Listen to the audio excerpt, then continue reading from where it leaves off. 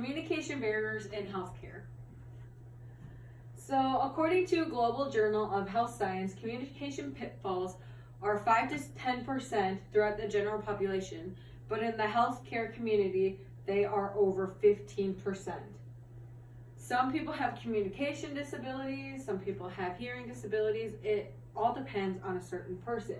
But what if you could not communicate effectively with your patient? What if you were the one who did not understand what a nurse or a doctor or a CNA was telling you? And what if your treatment wasn't the best that it could be?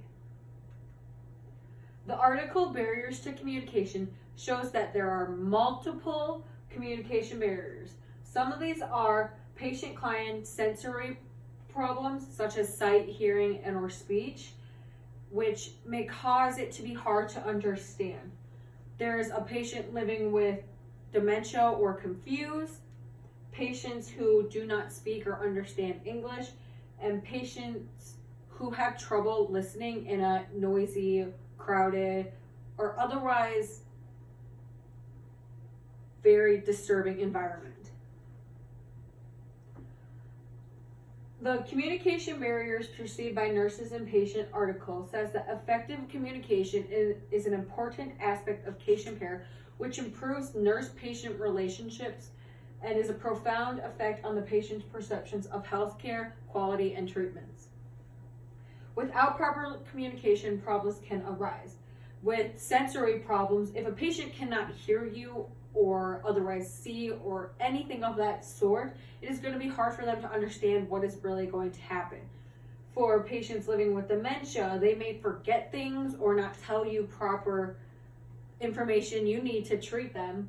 Patients who do not speak English may not understand you and leave out important information, and noisy environments don't help a patient because it may cause them to get upset. So the solution for patients with sight, hearing, and or speech impairments, we can speak slowly and clearly and make sure that our attention is on them. We also have to make sure that outside factors and distractions are shut off. Patients living with dementia, we also need to remove all possible distractions and find a quiet location. For patients who do not understand English, we can help communicate small things through actions such as eating or going to the bathroom. We can also try to get an interpreter. Environmental, busy and noisy and lacking privacy, we can find a quiet space and designate rooms for that. Making it happen. For impairments, we can make sure there are paper and pens around, make sure we're giving them our full attention. Confused or with dementia, we can have specialized rooms for patients of this sort so that we are only with them. For those who do not speak English, we can get an online interpreter or physical interpreters who work in the facility. And for busy environments, we can make sure all doors are closed, windows are closed, and that there's nothing to distract the patient in the room. To make sure every patient is getting proper and best care, I would ask patients from before and after we made the changes to do an evaluation to see if what we're doing is actually working.